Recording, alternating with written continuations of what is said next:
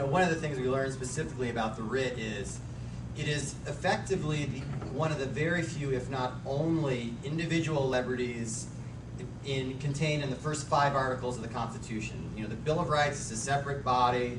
It gets pulled into the Constitution, several years after the Constitution is enacted. But many contemporaries, people at the framing, thought the writ of habeas corpus is such a fundamental and powerful right that all these other rights that then later get incorporated through the operation of the Bill of Rights, really they're redundant. I mean, any government that enacts and respects the writ of habeas corpus will, by definition, be willing to afford fair trials and fair processes to people who are detained unlawfully.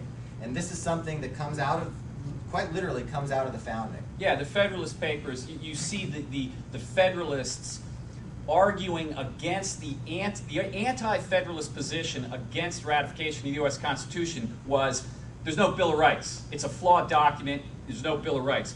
And Hamilton in, Federalist, X, whatever the number was, says, true, there's no Bill of Rights. We don't need a Bill of Rights because written right into Article 1 of the United States Constitution is the suspension clause that says, the privilege of the writ of habeas corpus shall not be suspended except in cases of, when in rebellion or times of invasion the public safety may require it.